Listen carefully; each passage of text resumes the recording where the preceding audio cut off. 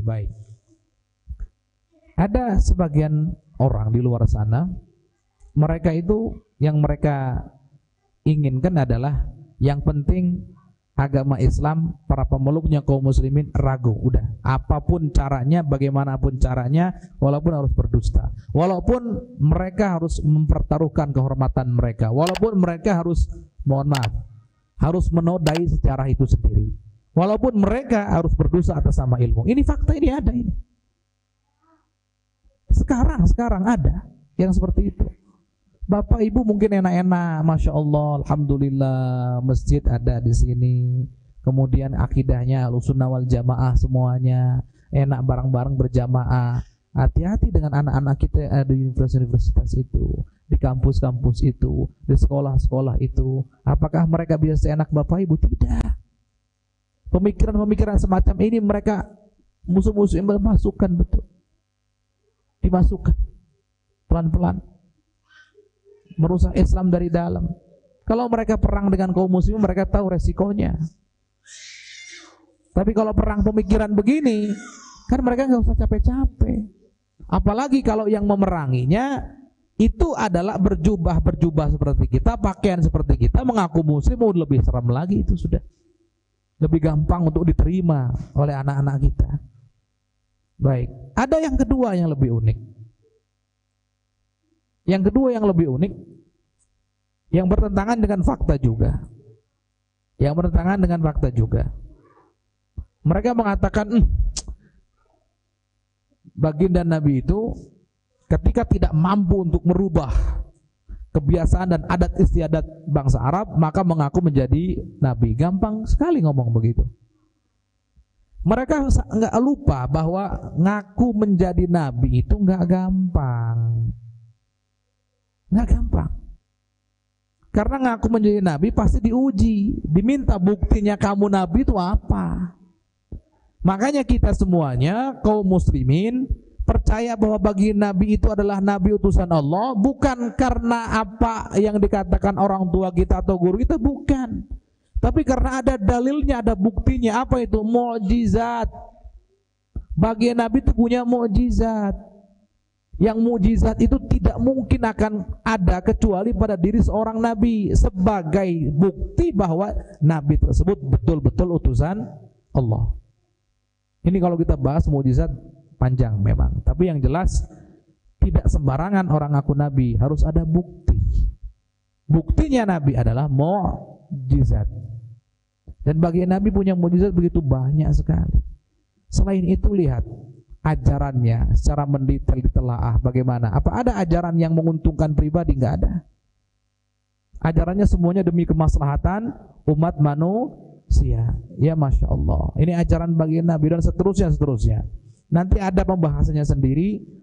Bagaimana kita bisa begitu yakin, seyakin-yakinnya bahwa baginda Nabi-Nabi kita itu bukan sekedar ngaku-ngaku, tapi memang faktanya adalah Nabi utusan Allah Subhanahu wa ta'ala. Ada kelompok orang yang begitu, ngaku-ngaku saja itu jadi Nabi, supaya gampang nanti dengan ngaku-ngaku menjadi Nabi, maka bangsa Arab mudah dipengaruhi, mudah ditipu, mudah diajak untuk berakidah dengan akidah yang baru. Itu bohong. Yang ngaku jadi Nabi pada masa dulu itu bukan sedikit, tapi banyak. Satu ada, dua banyak. Musailamah al-Kadzdzab itu ngaku jadi Nabi, tapi orang-orang percaya nggak percaya. Sampai salah satu pengikut Musailamah al-Kadzdzab itu pernah ditanya begini, kamu kenapa ikut Musailamah al-Kadzdzab? Dia mengatakan, aku tahu bahwa yang benar adalah Muhammad, tapi yang besar adalah Musailamah al-Kadzdzab. Kenapa? Karena Musailamah al-Kadzdzab itu dari Bani Hanifah yang pengikutnya banyak, yang kelompoknya banyak, jadi lebih disenangi oleh sebagian orang daripada baginda Nabi. Padahal dia mengakui bahwa yang benar adalah baginda Nabi. Lihat, ada Musailamah al-Kadzdzab masa lalu ngaku menjadi Nabi, enggak ada. Mana pengikutnya sampai sekarang? Enggak ada. Mana pengikut Musailamah al-Kadzdzab? Kenapa? Ingat, hati-hati. Setiap orang menguji kebenaran Nabi, setiap masa diuji kebenaran Nabi, setiap generasi menguji kebenaran Nabi. Hanya baginda Nabi yang Nabi sesungguhnya yang teruji kebenarannya, yang lain berguguran. Selesai. Musailamah al-Kadzdzab itu kan lucu, Pak, Bu. Ngaku jadi nabi, tapi kerjaannya ngintip baginda Nabi. Ngintip bagaimana, Ustaz? Memasang mata-mata apa yang terjadi dengan baginda Nabi itu benar-benar diketahui oleh Musailamah al-Kadzdzab. Dan sifatnya, karakternya ikut-ikutan Musailamah al-Kadzdzab itu. Ngaku nabi tuh, lihat. Ikut-ikutan. Jadi dulu pernah kita ceritakan ada seorang sahabat baginda Nabi yang anaknya saat itu menderita penyakit di kepalanya sampai rambutnya itu lambat tumbuhnya. Kalau sekarang mungkin koreng begitu ya. Sahabat ini datang pada baginda Nabi agar didoakan. Diusap oleh baginda Nabi sambil didoakan. Sembuh seketika itu. Sembuh seketika itu, luka yang di kepalanya itu, koreng yang di kepalanya.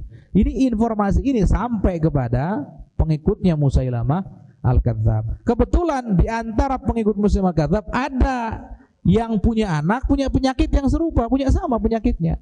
Datanglah pada Musailamah al-Kadzdzab untuk didoakan seperti yang terjadi pada baginda Nabi. Apa yang dilakukan Musailamah al-Kadzdzab? Ya berdoa dia, mengusap betul dan sembuh betul, Pak. Musailamah al-Kadzdzab loh ya, sembuh betul. Tapi sembuhnya offside. Offside di mana? Jadi yang hilang itu bukan hanya koreng dan penyakitnya, rambutnya hilang semua. Ini namanya ihanah, ini penghinaan dari Allah. Dan yang uniknya, anak ini ketika dewasa menikah, punya anak, anaknya botak juga, nggak ada rambutnya. Sampai keturunan berikutnya botak juga. Makanya awas di antara kita kalau ada yang kepalanya botak, jangan-jangan ini keturunan pengikutnya Musailamah al-Kadzdzab. Artinya itu nama ihanah. Pengennya A, Allah kasih B. Tandanya Allah tidak ridho kepada dia gitu. Kalau baginda Nabi pengen A, Allah kasih A. Tandanya Allah memuliakan baginda Nabi. Kan gitu namanya bukti kenabian. Musailamah al-Kadzdzab ngaku Nabi, malah faktanya bertentangan dengan yang dia klaim. Namanya takdzib, namanya ihanah yang tadi itu. Ini fakta terjadi ini. Terjadi ini, bahkan terjadi Masya Allah. Baginda Nabi itu pernah di Madinah dulu. Para sahabat waktu itu mengalami krisis air.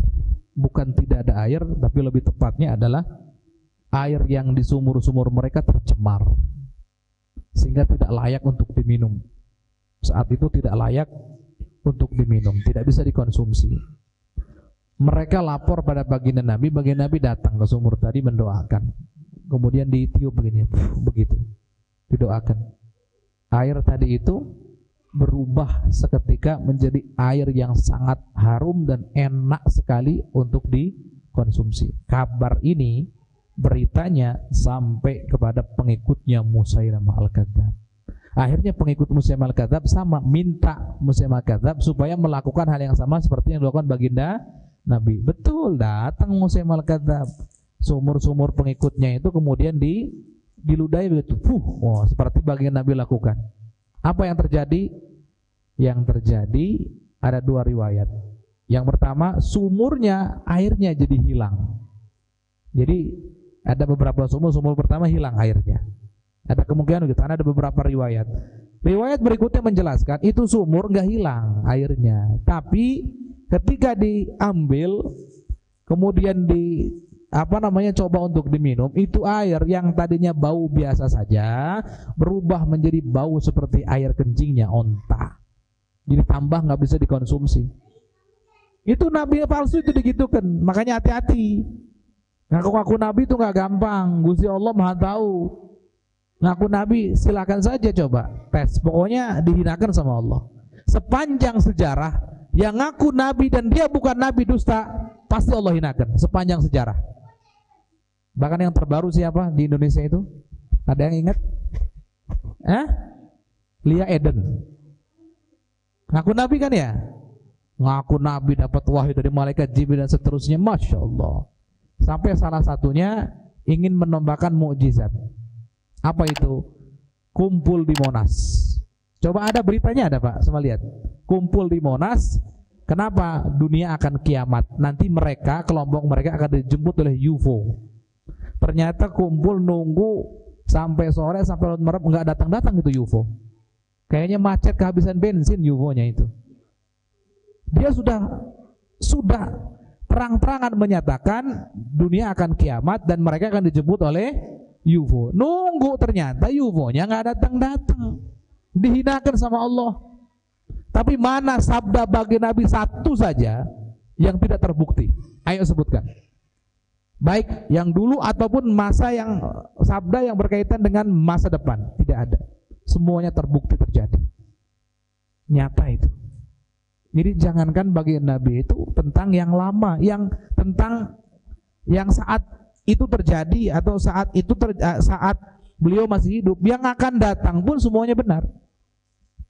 Bukankah baginda Nabi Pak Bu semuanya yang berkata dalam hadis sahih, Ammar taqtuluhul fi'atul baghiyah. Ammar itu sahabat. Baginda Nabi menginformasikan Sayyidina Ammar ini nanti akan meninggal dibunuh oleh kelompok yang memberontak. Ditunggu pada masa Sayyidina Abu Bakar masih hidup Sayyidina Ammar. Pada masa Sayyidina Umar masih hidup Sayyidina Ammar. Pada masa Sayyidina Uthman masih hidup Sayyidina Ammar. Pada masa Sayyidina Ali, Sayyidina Ammar ikut peperangan dan terbunuh dalam peperangan tersebut. Peperangan yang kita sayangkan memang terjadi antara dua kelompok kaum muslimin karena kesalahpahaman. Itu terjadi. Tapi itu betul-betul dari baginda Nabi itu bahwa nanti akan meninggal dalam terbunuh oleh kelompok yang memberontak. Sampai kami ingin cerita, baginda Nabi kalau sudah memberikan info selesai sudah. Sabdanya sudah kita bayari pasti benernya.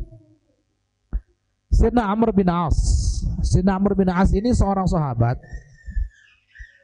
yang waktu baginda Nabi pengikutnya masih sangat sedikit. Kata baginda Nabi ngomong ke Sayyidina Amr begini, kamu nanti akan, bahasa kitanya ini, kamu nanti akan menjadi pemimpin di Mesir. Pengikutnya waktu itu baru sedikit. Baginda Nabi sudah ngomong, kamu nanti akan jadi pemimpin di Mesir, seperti gubernurnya di Mesir. Sayyidina Ammar tidak pernah ragu saat baginda Nabi ngomong begitu. Pengikutnya masih sedikit, boro-boro memimpin Mesir saat itu. Di Mekah saja saat itu terusir. Kan gitu logikanya. Kalau orang sekarang kan, oh lihat faktanya, bagaimana mau jadi pemimpin orang sekarang fakir, masih kekurangan, hidupnya terusir, ibadah saja susah, bagaimana? Tapi Sayyidina Ammar selama itu keluar dari baginda Nabi, selesai, pegangi. Sampai saat peperangan di Irak, peperangan di Baghdad saat itu, kaum muslimin saat itu mengepung musuh, tapi tembok musuh begitu kuat, luar biasa, susah untuk ditembus, nggak bisa ditembus-tembus itu sama tembok musuh, saking kuatnya tembok pertahanan mereka. Apa yang dikatakan Sayyidina Ammar? Kata Sayyidina Ammar, lemparkan saja saya ke pertahanan mereka, maka saya akan memerangi mereka, saya akan tembus itu tembok. Kata sahabat yang lain, ya kalau dilemparkan satu orang ya meninggal, lawannya banyak ratusan, masa satu orang mau dilempar ke mereka? Jawaban Sayyidina Ammar apa? Tidak mungkin saya meninggal. Tidak mungkin saya meninggal. Pas ditanya kenapa? Karena kemudian beliau meninggal syahid. Sayyidina Uthman oleh kaum Khawarij saat itu dibunuh oleh kaum Khawarij saat itu. Dan Sayyidina Uthman wafat dalam keadaan syahid.